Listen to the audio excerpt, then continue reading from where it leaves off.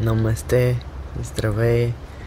Ако човек прави физически практики, най-вече асани, най-вече йога, ако прави и прияжда в същия момент, може да си нанесе големи дисбаланси. Всякакви дисбаланси от всякакъв род. От рода на вата, пита, кафа, от огнен, воден дисбаланс, въздушен, земен. Всякакъв вид дисбаланс и този човек, който преяжда и практикува, ще си нанесе.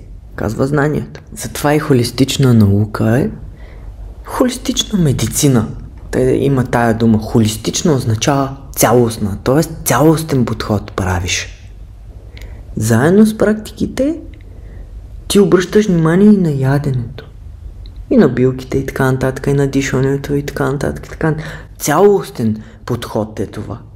А не, например, само упражнения, пък яденето изобщо да не те интересува или да прияждаш, да ядеш късно, много късно вечер.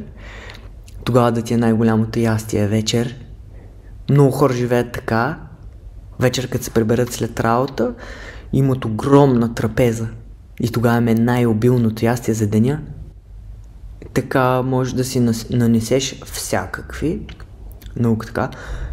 болести. Затова цялостен подход.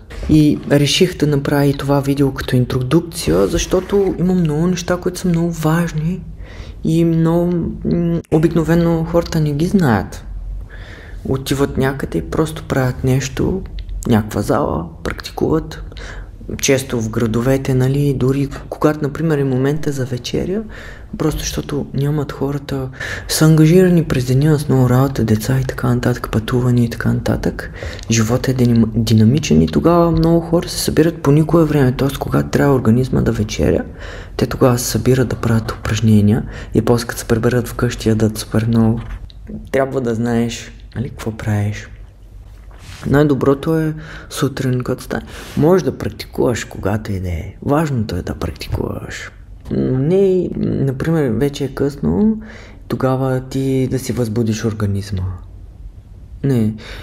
Най-добрият подход е, ако можеш, рано. И както, но знам, сега има електрически кружки и стоим до късно вечер на телефоните, на екраните. Какво ли не, и тогава сутрин много трудно да станем на време, особено преди изгрева. Лятото в 5 часа изгрева, преди 5 часа как да стане? Колко става преди 5 и практикува? Нали, трудно е в този динамичен свят, в който живеем, особено в градовете.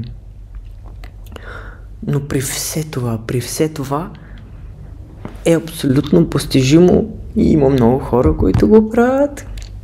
И знаеш ли, целият живот ще те тласка към там. Всичко ще ти показва, нали, ти да влезнеш в такъв режим. Режим свързан с ритъма на Слънцето. Режим свързан с ритъма на природата и космоса. Когато ти си извън от този режим, ти се едно плуваш срещу течението. Плуваш срещу течението.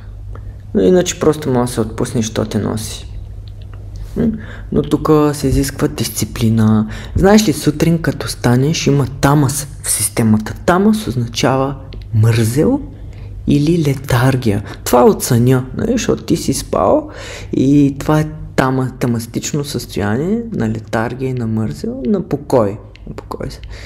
И после, за да излезнеш от това, клетките ти още сутрин са заспали. Има някакъв вид тамас.